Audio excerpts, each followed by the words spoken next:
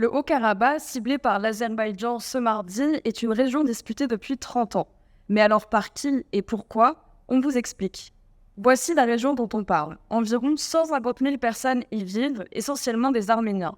Sauf que la souveraineté de ce territoire est plus généralement reconnue comme azerbaïdjanaise.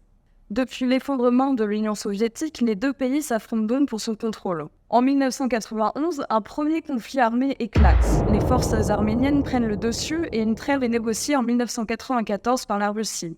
La région passe à l'époque sous le contrôle des séparatistes.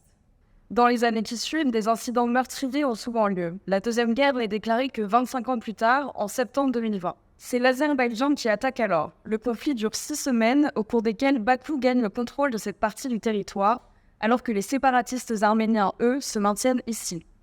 Un nouveau cessez-le-feu est négocié par la Russie en novembre, qui déploie des patrouilles chargées du maintien de la paix. Mais encore une fois, les tensions restent vives. Notamment parce que l'Azerbaïdjan est accusé de bloquer ce corridor depuis décembre, qui est l'unique voie reliant l'Arménie au Haut-Karabakh. Pour Bakou, la dernière escalade de violence vise donc à reprendre le contrôle de tout le Haut-Karabakh. Pour connaître les derniers développements sur le terrain, rendez-vous sur le site de L'Orient le Jour.